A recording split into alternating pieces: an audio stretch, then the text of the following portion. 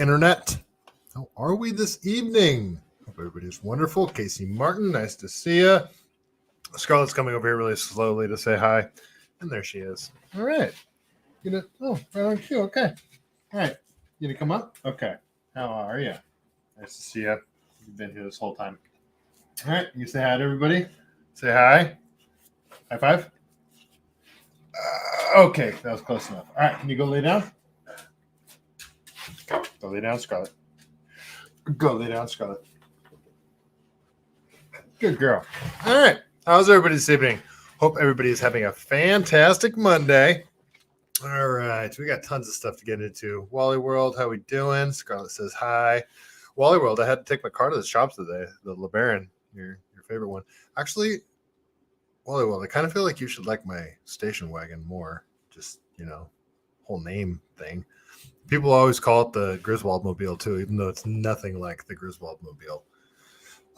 There's something on my rear passenger side wheel keeps locking up. I don't know what's up with the brakes. So anyway, all right. Yeah, hope everybody's having a fantastic evening. Tons of stuff to get into. Actually, here, let me. I'm going to start doing a rundown of the stuff that I would like to get into before the show starts, and then I'll only end up getting into probably like 2 or 3 of them. But I sort of want to make sure I at least cover the headlines. So first story that so Alex Jones is back on, it totally could be a surf wagon, Casey Martin, but I don't surf. I'm scared of the ocean. I'm scared of, and I want to start open water swimming too. So sharks terrify me, but yeah, I don't know. Surfing does sound fun too, but I'm so terrified of sharks. Anyway, sorry, I got squirreled. So Alex Jones is back on Twitter. Huge deal. It really is a big freaking deal. Not only is Alex Jones back, they brought back all the InfoWars canceled accounts, from my understanding at least. At least Owen Schroyer is back. Someone else is back, and the InfoWars brand is back. So that's a big deal. All of Alex content is going to be coming. Well, I don't know about all of it, but a lot of Alex content is going to be coming over onto this platform. It'll be exclusive to this platform. There's a lot of people that stopped watching InfoWars once he was taken off all of the platforms. So this is a big deal. This will bring this. I think this being canceled and everything by all these advertisers, I think this was a smart move by him.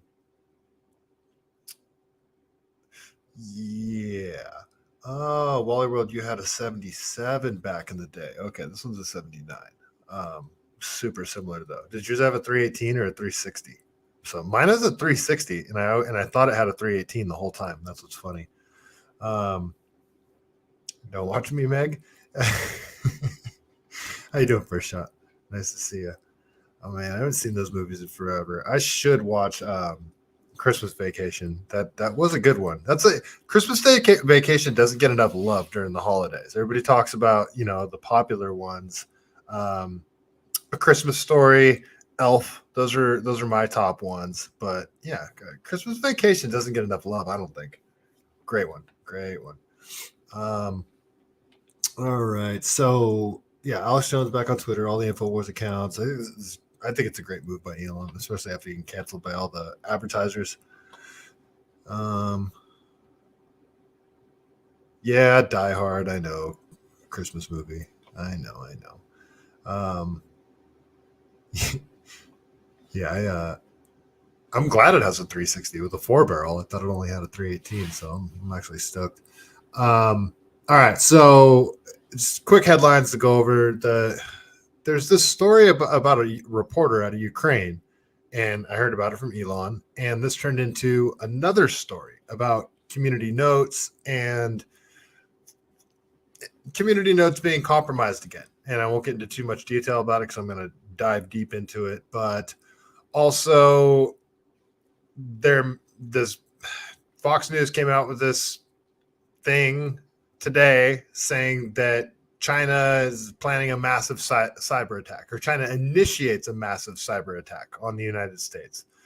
So if they say so, the story about Gonzalo Lira, that's the American citizen that he's a journalist. He's like an online independent journalist guy, and he's in Ukraine. And he got freaking taken into custody.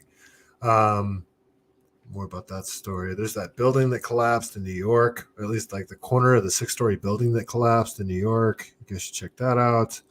One of the Harvard professors, it looks like they're one of the Harvard professors that they're going after right now because she said that silliness on about the whole freaking is calling for genocide hate speech, and she got all wishy-washy about it. Well, they're I guess she lied on her thesis and stuff, so they're going after her pretty hard. Looks like a bunch of stuff was like heavily plagiarized. A Klaus Schwab video I want to show you, a whole bunch of stuff. Stuff out of California too that I want to show you guys. But all right, let's get into this first thing because it's two stories in one. So the first thing we should talk, let's go to how it came across my radar. So this is about this Lira guy, Gonzalo Lira. So yeah, he tweeted out this video. I wish I had the video, but I don't. But it doesn't really matter. He's just on the side of the road. He tried to get out of Ukraine and seek political asylum in Hungary. And he says, I'll either cross the border and make it safely or I'll be disappeared by the Kiev regime. This is what happened to me over the past 3 months. Oh, okay, never mind. This is a thread, a 1 of 25 thread.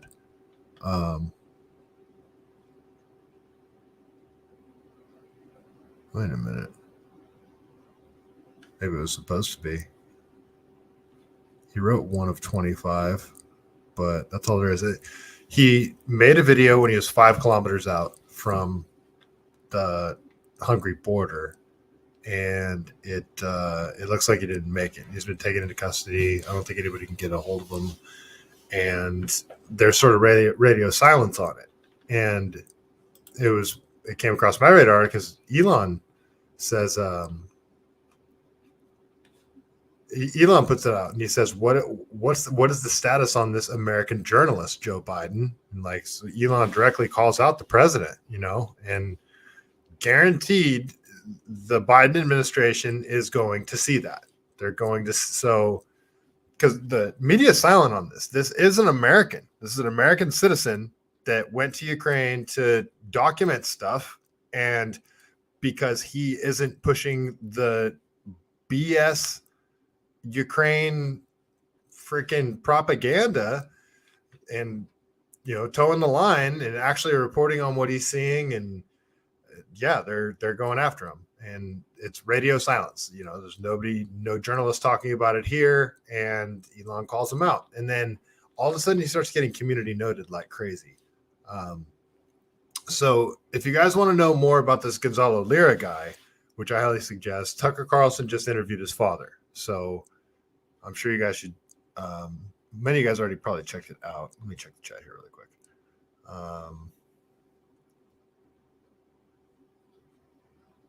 Okay. All right. You guys are just goofing off in there.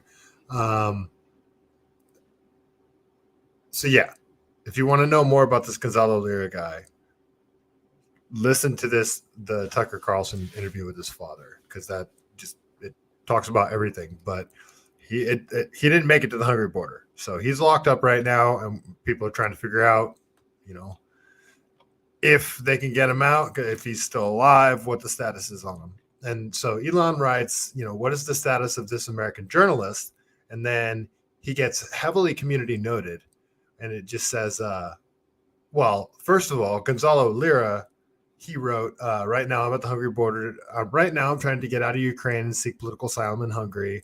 I'll either cross the border or I'll make it and make it safely, or I'll be disappeared in by the Kiev regime. And he gets community noted on this. So the community note says Lira is actually a YouTuber. He has violated Article 436-2 of Ukraine's criminal code.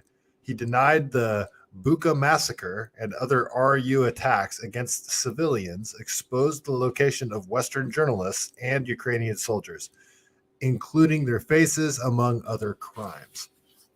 Okay, if you say so. This is you guys know that Zelensky called off the elections. Just all the fraud's coming out now. Like the soldiers that they're throwing at the front lines now are all in like their mid 40s, early 50s. This whole thing's a freaking disaster, and all the money's just gone. So he gets heavily. So okay, I don't know if they're saying he exposed the location of Western journalists and Ukrainian soldiers. Okay, well, okay, then bring him home and let him face charges, and he can. What evidence do you have of that? Because this is an American citizen. I don't trust the Ukrainian judicial system, and well, Ukraine wouldn't have been able to go through this entire war if it wasn't for the United States. And now Ukraine is going to try and take a United States citizen. This doesn't, and the United States government's just silent on it. This doesn't look good. Oh well, broke Ukrainian law, and they're saying that he exposed. This is what the CIA always does about whistleblowers or the intelligence agencies. Whenever they have a whistleblower, they say, "Oh, they exposed information about assets or whatever." And what assets? Well, we can't tell you because that would compromise them. And, it's this circular argument that they do. They don't have to prove it; they just have to say it. That's kind of what they're doing right here. Sorry, I got to yell at my dog really quick. Scarlett, what are you doing? Oh, can you go lay down? Go lay down. Thank you. All right. Sorry, she was chewing on stuff loudly. Nope. Go lay down. Right now. Lay down. Good girl. All right. Okay, so Gonzalo Lira first gets community noted, and then Elon Musk asked the president, what's the status of this? And then he gets community noted, saying Gonzalo Ligma is not a journalist, but a video blogger who pivoted from pickup artist advice to pro-Russian political commentary. So that's the community note. Then Elon responds by saying, "Interesting. This note is being gamed by state actors. Will be helpful in figuring out who they are. Thanks for jumping in the honeypot, guys. LMAO." So he's suggesting that the community notes thing, because they have to take, to be a community notes person, they have to take your data. So he's suggesting that they'll be able to figure out who this is. And then they community noted that. And it says community notes are designed so that they can't be gamed, as they require agreement from contributors of different perspectives. The entire algorithm and data is open source and can be reviewed by anybody. Okay, if you say so. All right, sorry, you guys. My dog's driving me crazy right now.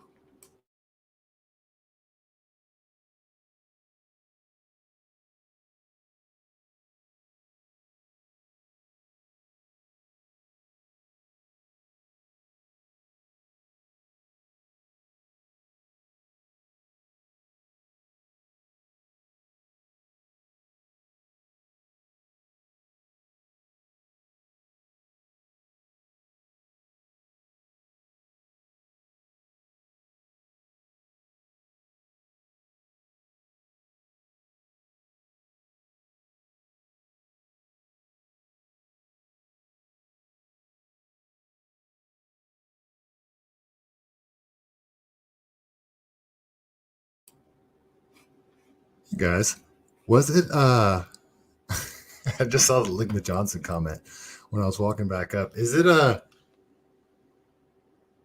Ligma? Yeah, I did say Ligma. They put Gonzalo Ligma. It does say Gonzalo Ligma, but then above it says Lira. Yeah, his name is Gonzalo Lira, but in the community note, it straight up says Gonzalo Ligma is not a journalist, but a video blogger. Okay, well, Gonzalo Ligma is okay. I got to show you guys this now. I got to show this on the screen because is this really happening? Yeah, because remember the whole Ligma Johnson thing? Did we just Casey Martin? You might have just caught something. Like, are they trolling Elon in the community notes right now? Here, this is crazy. Yeah, Casey Martin, you might have seen something. Wally Wolf, thank you. I love the Christmas tree. Oh boy, my dogs are psychos. Check this. Okay. Let me get the view I like here. There we go. Okay. So, actually, no, I need to make it bigger for you guys. Okay. So, yeah, right here. See where my cursor is? Can I?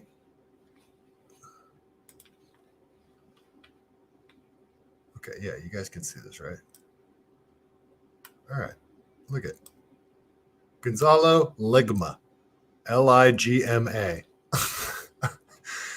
But his name is Gonzalo Lira. You see up above? This is him. This is the journalist, Gonzalo Lira. And then in this community note above, they call him Lira. It says Lira is actually a YouTuber. He has violated Article 4. That's the one I just read.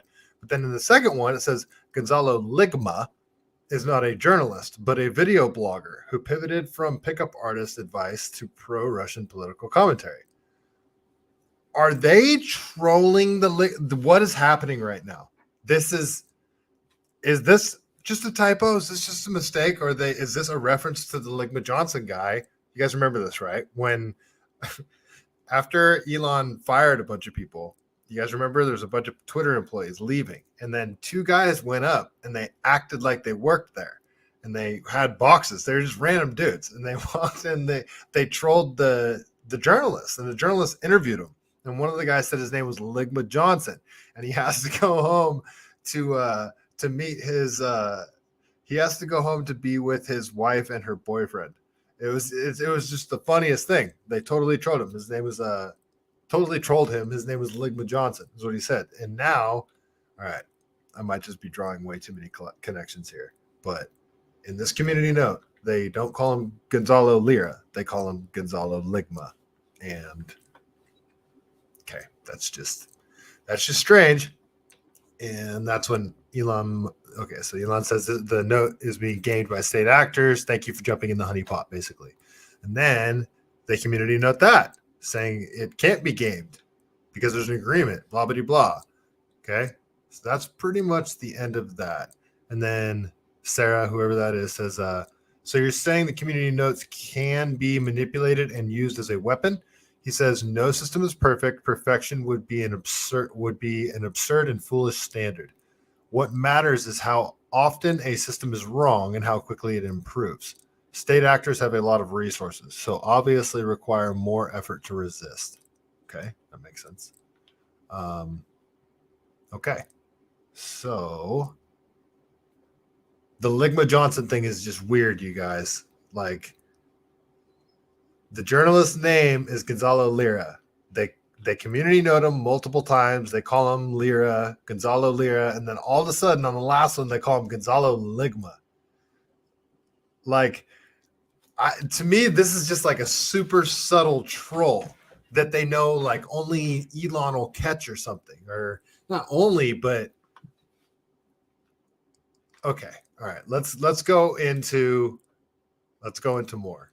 So Dr. Simon Godek put together a thread on this. Now I'm gonna go to the view I like, just because you don't really need to read along with me.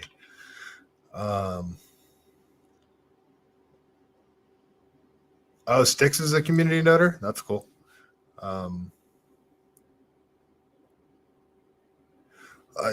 don't know how they would deploy AI to do the community notes, because you have to give certain information. I don't know. I have no idea. I'm not a programmer. I can't speak to that kind of stuff. But so Dr. Simon Godek put together an interesting thread on this, and he says, but he's talking about one particular community noter. And he says, to put this into context, this user has written 63 community notes in the last 24 hours.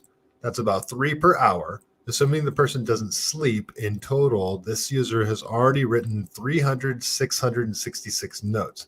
This level of activity is not organic and indicates misuse by a government agency. So this is what he says.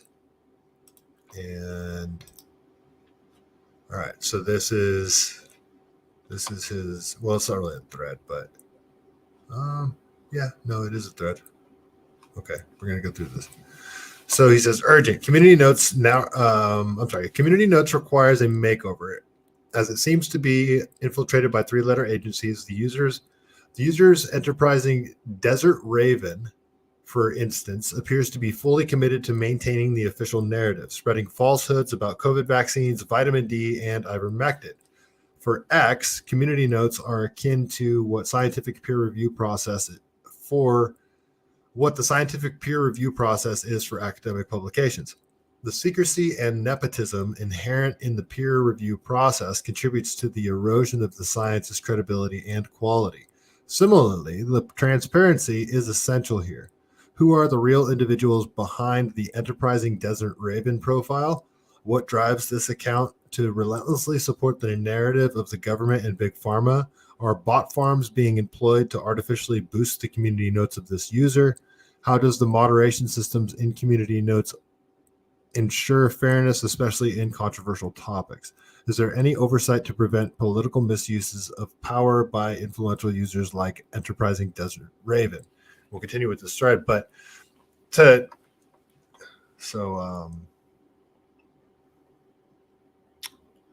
got kicked off community notes? Oh, Styx did?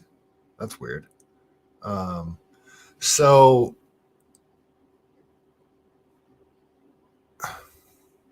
I'll continue before I give my thoughts on this. So many questions. If Elon Musk doesn't address these issues promptly, community notes will turn X into what the editor mafia has done with Wikipedia, a platform for governmental propaganda. So he's got some screenshots here. I think these are screenshots from the account that he's referencing.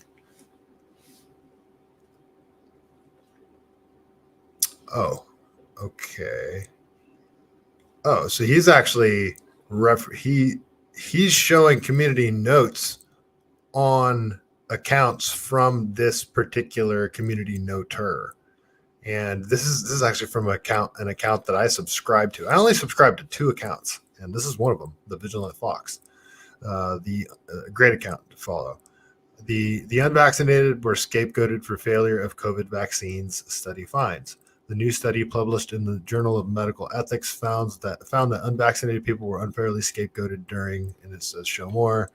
It says the community note just says no, COVID-19 vaccines are not ineffective and dangerous. Vaccinated are not more likely to be infected. COVID-19 vaccines have a reassuring safety profile and reduce COVID-19 hospitalization and death.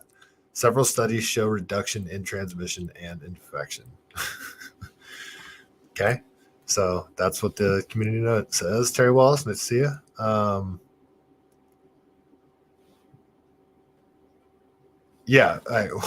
The community notes thing, I would hate that as a job, but I do like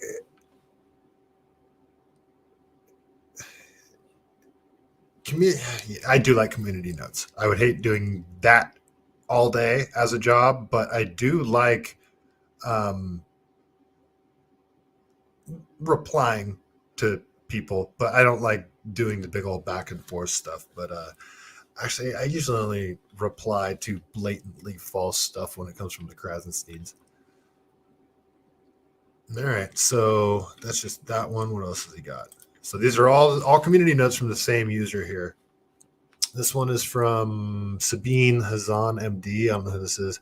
Making historical collecting shit from cows because after 2020, trust is gone. I joined Dr. Ryan, Brooke, a bunch of different accounts, and so many doctors and farmers to research a healthy cow microbiome and the microbiome and disease with pro-green biome every day. It doesn't matter. It just says the community note says no, ivermectin has no efficacy to treat or prevent COVID-19 based on the results of randomized controlled trials. COVID-19 vaccines do not harm fertility and have no impact on birth rate. That's a pretty bold statement. It's still so new. Birth rate is up in the United States. So this is the same community noter as the one I just read. And then this one is a thread from Dr. Simon Goddick, the guy that's putting this together. Same community noter says over 60 randomized studies have examined causal links between genetically lower vitamin D levels and health outcomes.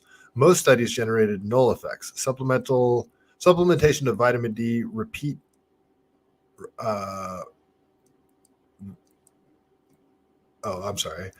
supplements of vitamin D, how do you say this? REPLETE, replete individuals do not generate overall health benefits. Okay. So don't take vitamin D, guys, according to him. This community note says, no, COVID-19 vaccines are not causing millions of disabilities in the U.S. population. The number of disabled active in the workforce has increased year over year due to remote employment, allowing more disabled to participate in the workforce. Okay. That's funny because that's the, we just covered this a couple of episodes with that stuff that came out of New Zealand. And I'm blanking on his name now. The guy that used to work for BlackRock that's been diving into all that different type of data, the insurance data, life insurance claims, health claims, all that kind of stuff. All right. Okay, so let's continue. Those are his screenshots that he has. And he says he has a link to his user profile here. And he's saying that Elon should make him public. He says here, hey, Elon, the state actor struck again. This time was by spreading lies about media matters. All right, what did he say about media matters? So let's see here. This is from, I think is a fake attorney general account. Breaking, we have reason to believe Media Matters used fraud to solicit donations from Missourians in order to bully advertisers into pulling out of X. Last platform to okay. And then this is the community note. Media Matters identified ads on Twitter. Okay. This is about the whole thing that Media Matters put together to get everybody to pull out. You guys know why the advertisers on Twitter pulled out, right? Because Media Matters put together this whole smear campaign where they created a Twitter account and then they followed like the most extreme, like Nazi right-wing accounts that they could follow. And then they started scrolling through their own Twitter feed because now they're following these people. They would scroll through and hit refresh until an ad would pop up below one of those accounts that they chose to follow. It would show up in their own feed. So it's not like they put an ad next to some extremist account and you saw it in their comments, you saw it on their profile page or anything like that. They saw it in their own feed. So Media Matters deliberately did this, and then they put together this huge smear campaign saying that they're putting our ads next to far right extremists. That's what they did. And now all these giant companies who know this is BS, all these giant companies like Apple and Disney and all these freaking giant companies that pulled their advertising from Twitter, they know the Media Matters story is BS. This is a cartel. This isn't organic. They're not doing this out of fiduciary responsibility to their shareholders. They're not doing this because of the market. They're doing it because they're being told to by whoever, the cathedral, the globalists, the deep state, whatever you want to call it. This isn't organic. There's no reason for them to pull out of Twitter. Twitter is the hottest freaking social media place right now. Like, there's so many advantages to this platform for information, for the ability to talk. That's the biggest thing. But sharing information back and forth. Just remember, leading up to the 2020 election, you couldn't DM each other that New York Post article about the Hunter Biden laptop that I talk about every show. You couldn't DM it to each other. All the stuff that I say on my show, no way. I couldn't say all this stuff. There's no way I would be able to run for state senate if I didn't have this platform. I would have been shut down. So I would get shut down so quick. They're coming for me too, guys. Guaranteed. But all right, let's continue with Simon Goddick and what he says here. So this person freaking does a lot of community notes. This says, now guess who wrote the community note for this particular tweet, which you claimed community notes are not captured by the vaccine industry. You guessed it, enterprising desert raven. But this statement wasn't my main point. I was referring to the biased entities misusing them. Okay.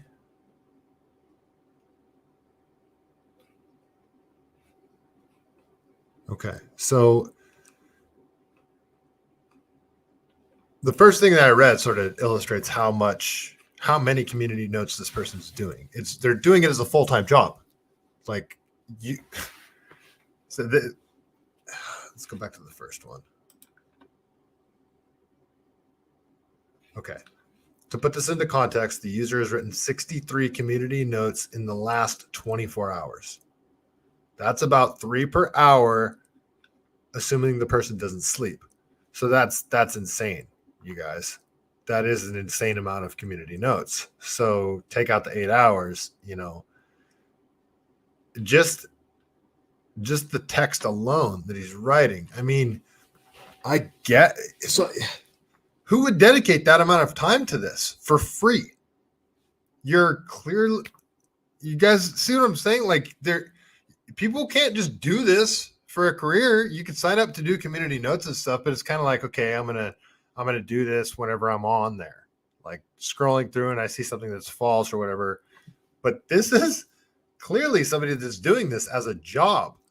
Says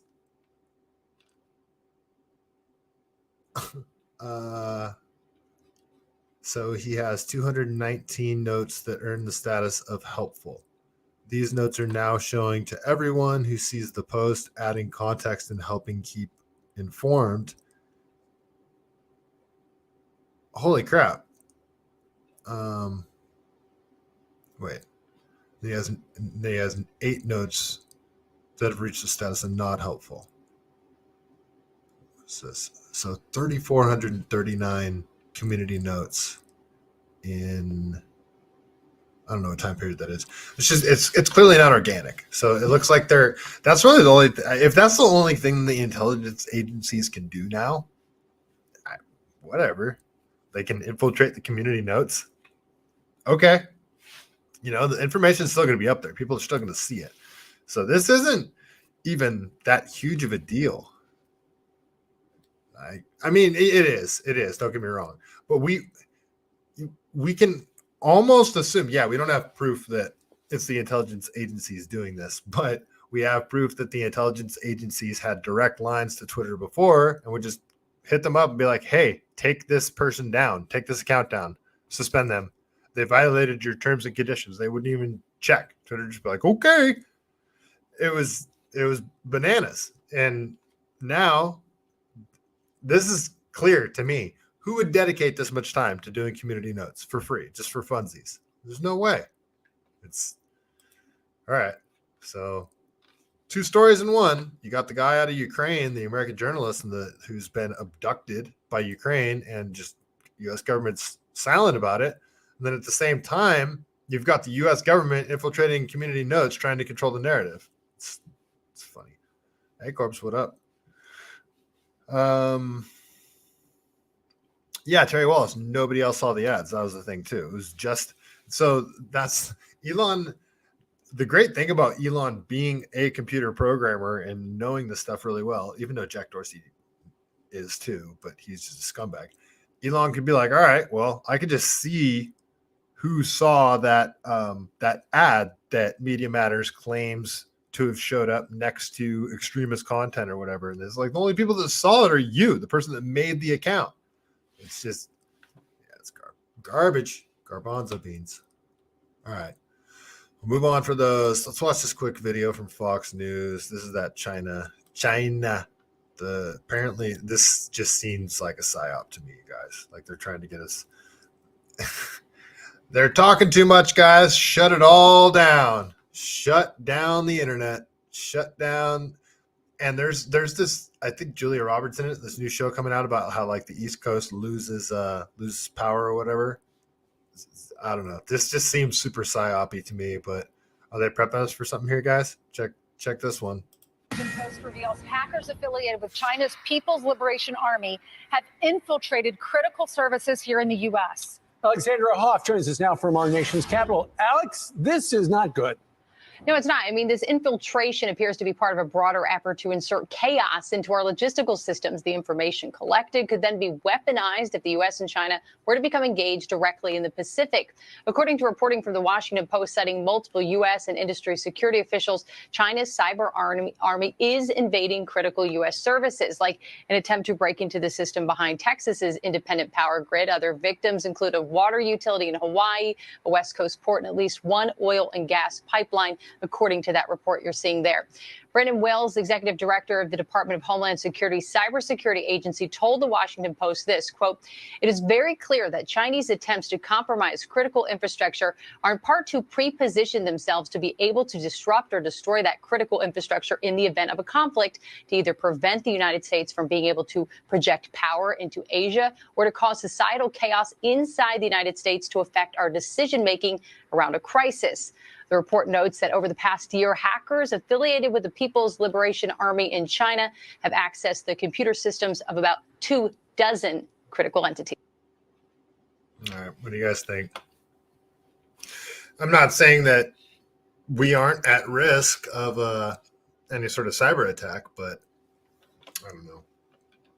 It just seems like, well, they need all the distractions they can get. Just how far behind Biden is in the polls, and we're a year out and he's already so far behind in the polls. It just every day that goes by, how can they run him out there again? He looks like he might not make it to the end of the month. Like this, I don't understand.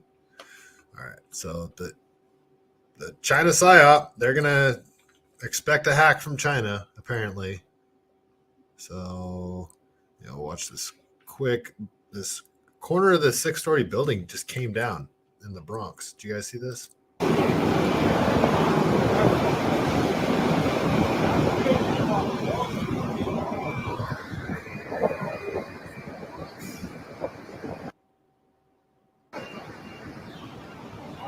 Y'all should be in jail because they're the ones that knew about this.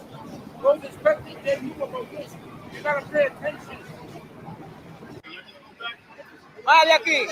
Ahí sí, vamos a darnos para atrás. I don't even understand how that happens. Just a corner like that. Some main structural beam failed, that's for sure. First shot? Yeah. Oh, I wish you lived in California, man. Sorry, I'm way behind on the chat. Yes, well, thank you, Ed Dowd. Yeah, he's the dude that dove into all the COVID data. Let's see.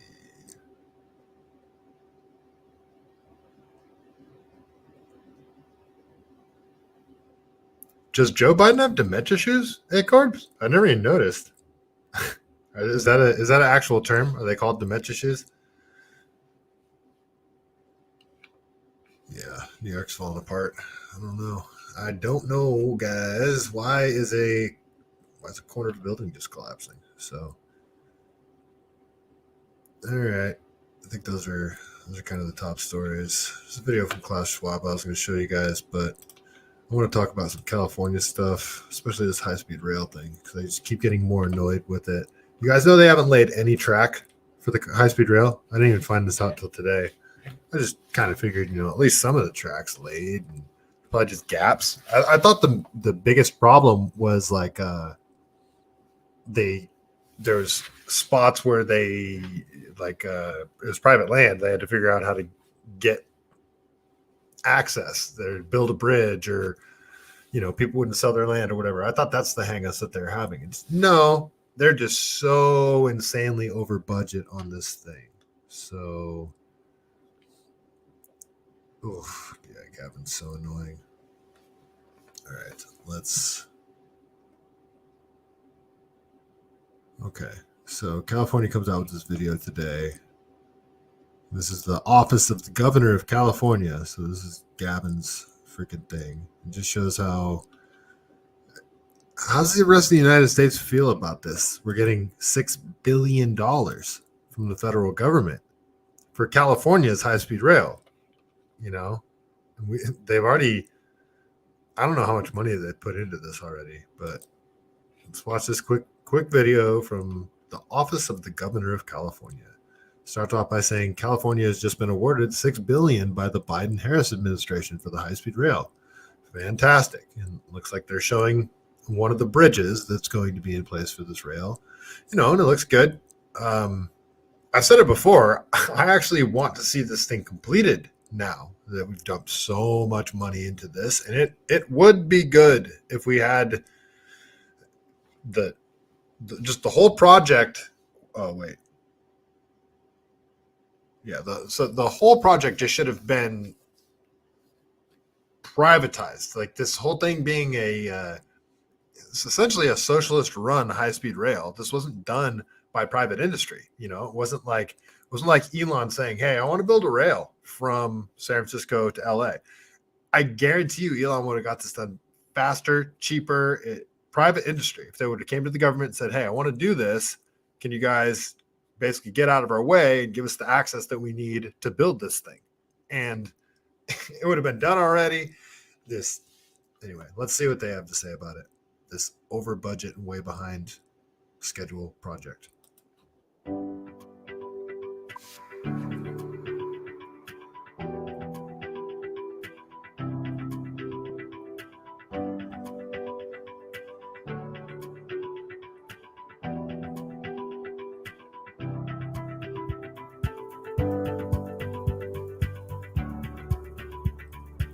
It's so funny how they put up a big banner talking about how many jobs that it created. It's like, no, it didn't. Private industry could have done this as well, and that would have created jobs. You're just taking government doesn't create jobs. They don't create jobs. Projects are projects that require work, whether the state puts them on or they're private. Whenever the state puts them on, this is what happens. They're way over budget because people are skimming money off the top. Politicians' pockets are getting greased. It's just the whole thing is sick. None of your business. Nice to see you over on YouTube. Be Sizzo. Nice to see you. Yeah, this high-speed rail drives me crazy, but I do want to see it completed. That's what sucks. And, Ohio has one? Oh, they want one. Okay. Yeah, they have been talking about this rail for like 20 years. They've been talking about it since I was in high school. And really, this project's just dragged on and dragged on. This is, I believe, Arnold's like dream child. I'm sure it was talked about before him, but Arnold was just emphatic about this damn high-speed rail. So, yeah, that.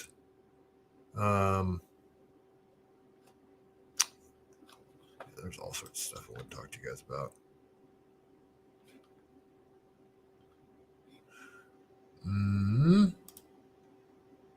There's a gnarly story I wanted to show you guys, but I don't even know.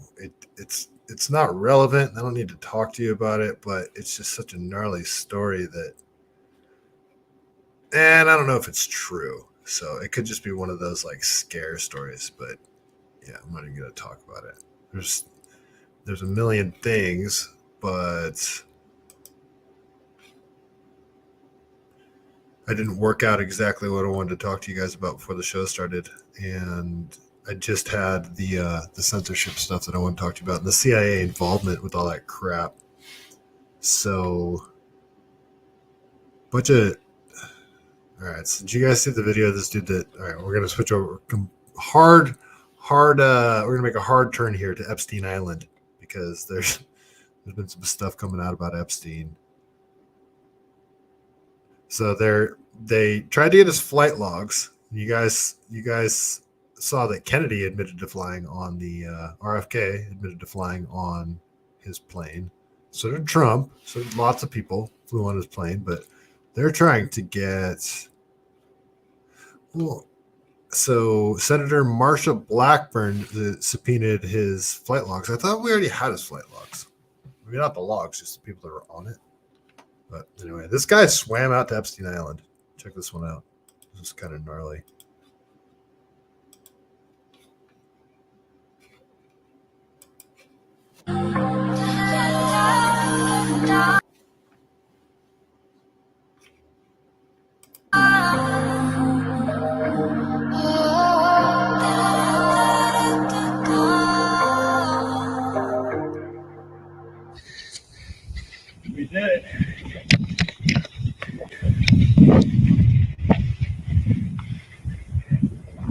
We gotta go.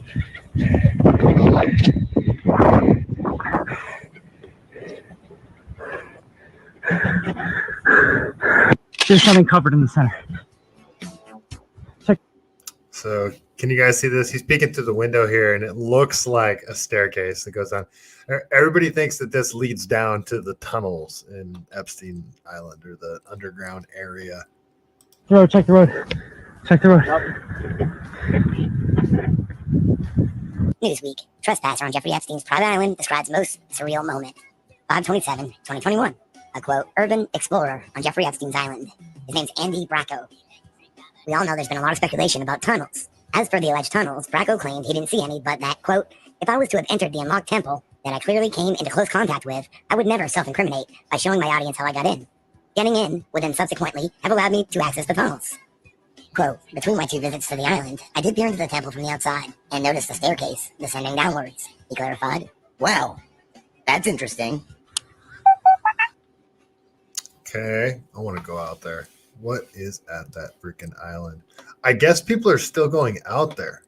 Like it's still active.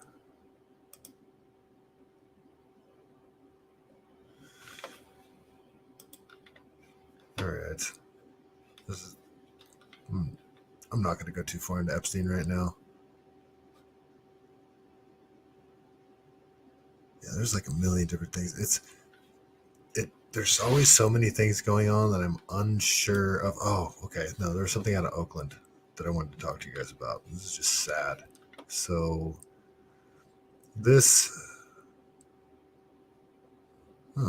it's not even in my Oakland folder. There's a security guard that was shot and killed the other night in Oakland. And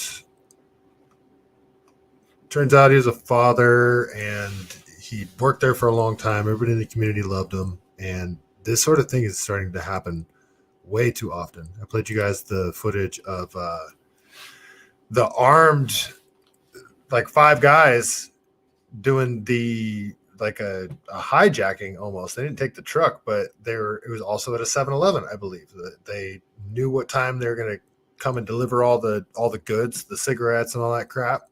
And they even had an armed security guard there to guard the unloading, and they still came up. 5 guys, all had firearms, and yeah. So this one right here.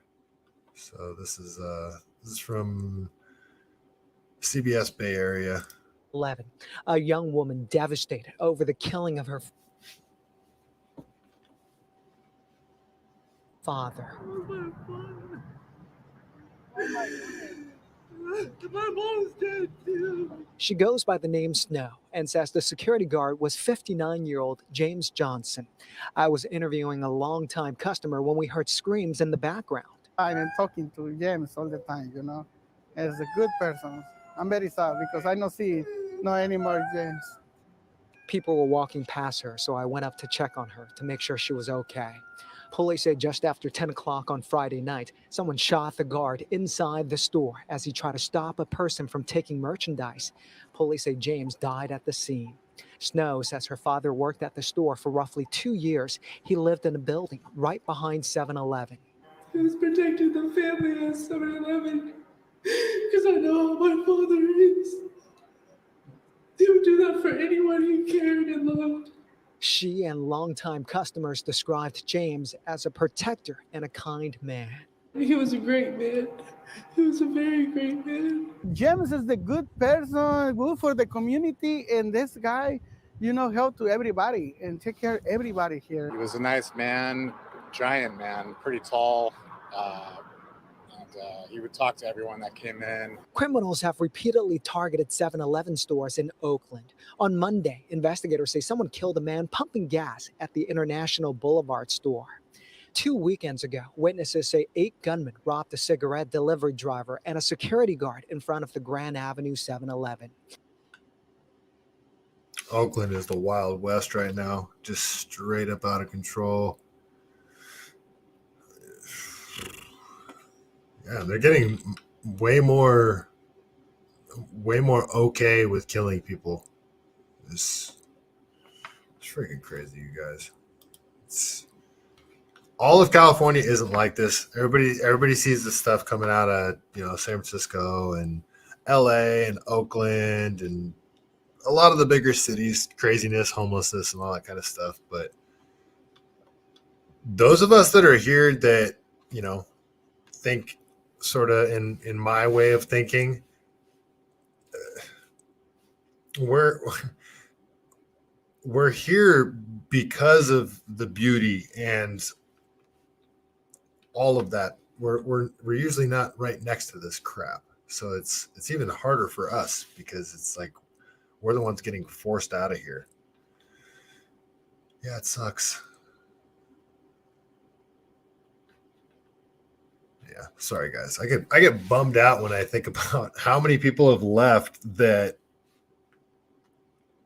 I hope it's an even amount of people that have left in terms of like right and left, how people vote or whatever. But I feel like it's a lot more people that lean conservative that have left California, and that's unfortunate because we need as many of you guys here as possible.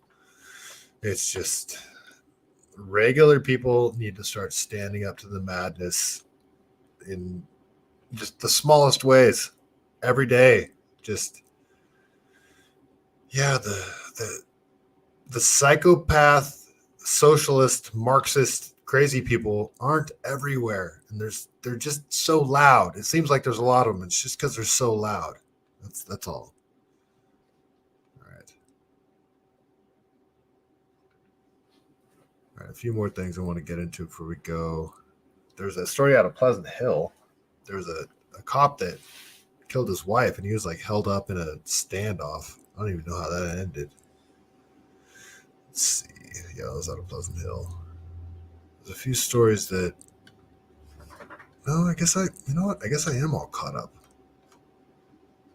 Yeah. All right. It was a slow news day, but yeah. All right. Watch out for the community notes, guys. It was fairly slow news day today. So all right, let's check up with the chat, see what we got going on. All right. Yeah, might even be a short show tonight. Just wasn't a ton going on in the news today. It's actually good. Usually there's something every day that comes out that is just banana balls, then breaks your brain. I kind of like having a day where it's not the government is doing something absolutely insane, even though they are the whole time, always, but we're not finding out anything new today. So all right, let's check up the chat here. Casey Martin, leftist will get you killed. Absolutely. Do cops even show up anymore? Not for theft, I don't think. Not for theft. Not for like retail theft. Not really.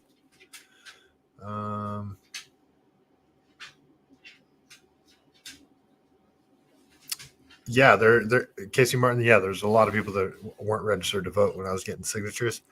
But I was saying, I was leading with, "Hey, you registered to vote?" And a lot of people would just say no. And I think that was, their way of just not having to deal with me and walking on. It's funny. I spent so much time sitting out in front of Best Buy and Home Depot trying to get signatures, and then I got more signatures by walking into a bar and basically doing an announcement saying, "I'm not a liberal. I need signatures. I'm the anti-Scott Wiener." Basically, I'm not running against Scott Wiener. I just say that because I pretty much disagree with everything Scott Wiener does. So it's kind of like an easy way to describe what my politics are.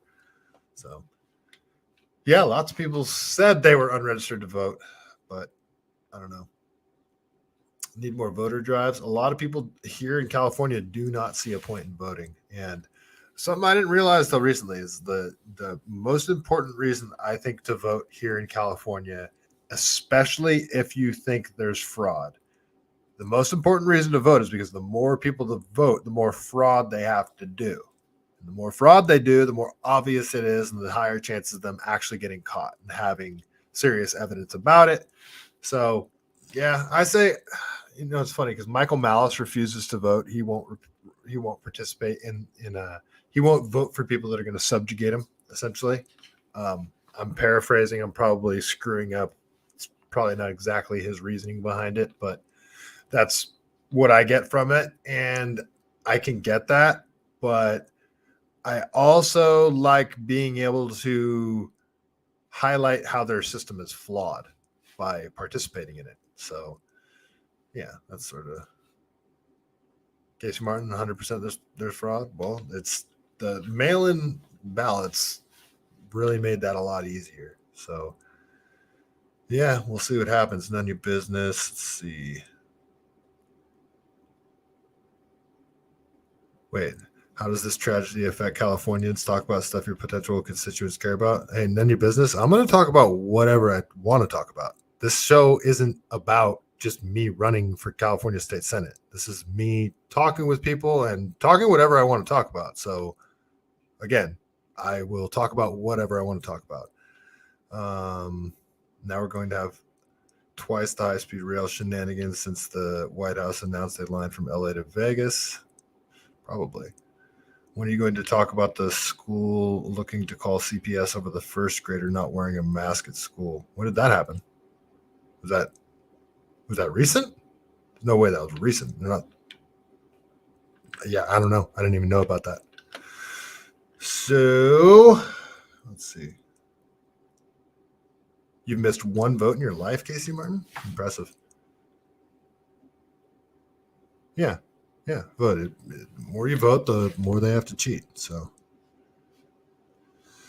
all right. Well, let's see what else we got here. I think that's, you know what? I think that's all I'm going to get into tonight, guys. So, I'm going to be, it's not super short. Actually, it's not short at all. It's right on time. So, yeah, I think that is all we're going to get into tonight. I will be back here tomorrow at 6:30. I'm sure something will happen, something crazy that we need to talk about. So, all right. Thanks, Nanya. I'll check out the story. Is it new? It couldn't have happened recently. If it happened recently, I'm going to be very mad. All right, cool. Casey Martin, first shot. Let's see. None of your business. Be Sizzo. Let's see. A-Corbs. Wally World, Trey Wallace. Let's see. If I missed any of you guys, I apologize. All right. Thank you guys so much for hanging out tonight. All right. I almost forgot the Chuck Norris joke, didn't I? No, I didn't. All right. Let's see. All right, B. Sizzo. All right. Now we do it. Before we get out of here, let's tell a joke from the greatest book ever written, The Truth About Chuck Norris. What do we have tonight? What do we have tonight, folks? Let's see.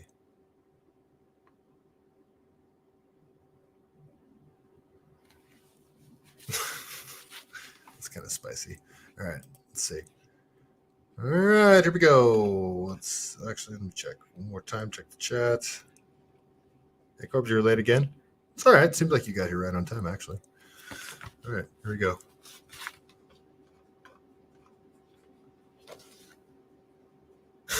All right. Chuck Norris cultivates a small population of third world orphans with red hair so he can harvest them at a moment's notice for his beard.